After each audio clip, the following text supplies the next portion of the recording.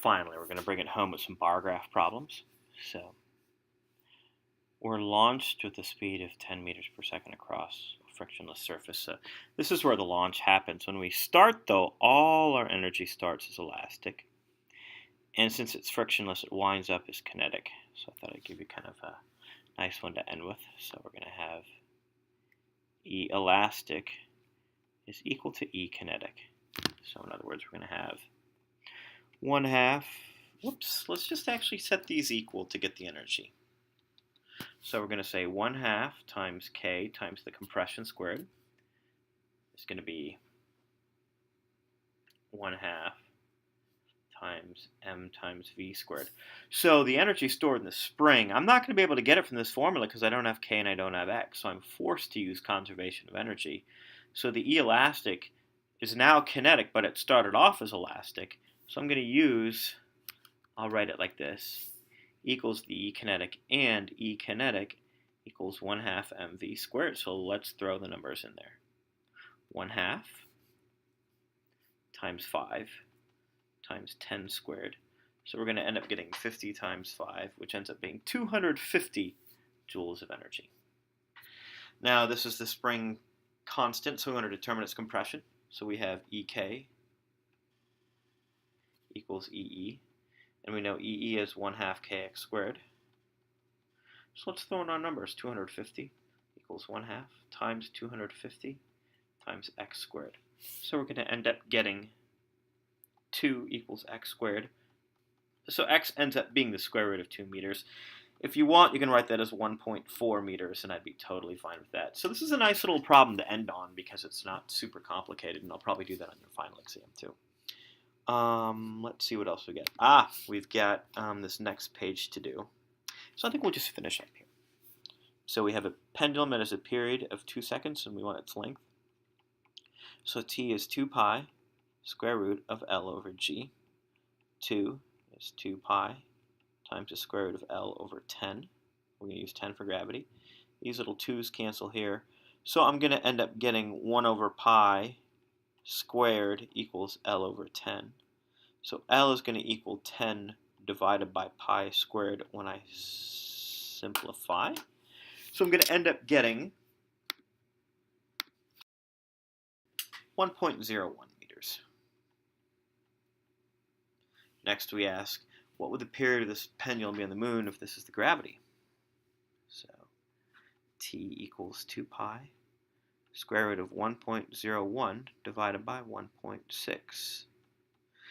And so we're going to need to go ahead and simplify that. And when we do, we'll end up getting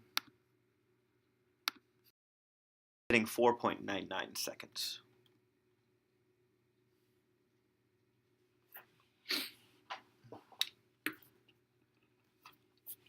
If the pendulum starts on the moon with a height of 0.1, we want to know what its potential energy is. This is a bit of an obnoxious question because EG is mgh, but we need G on the moon.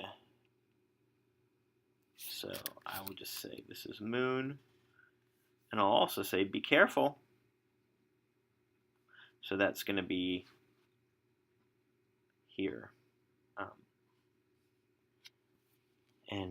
I should have given you a mass, so we'll go ahead and actually skip 21. However, we can do 22. So we have mg of the moon times h equals 1/2 m on the moon v squared. Sorry, m on the moon. That doesn't mean anything. It's the same as the mass on the Earth. Forgot there's no g there. These m's cancel, so we're going to end up getting 1.6 times 0.1 for our height equals v squared divided by 2. So I'm going to get v squared as the square root of 0.32, and when we actually simplify that, we're going to end up getting 0.57 meters per second. Now, we want to know what the tension on the moon is at the bottom of the swing. So we're going to say we've got the tension pulling up and the weight pulling down. So the idea here is that we've got this pendulum and it's swinging like this. So T minus W is going to be mv squared divided by r. So we're kind of going back to that older idea. And we're saying that this tension minus mg,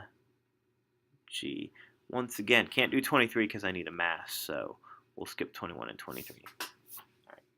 Now, transverse wave versus a longitudinal wave. Let's go ahead and define these. So transverse wave is a wave where the disturbance is perpendicular to the wave motion.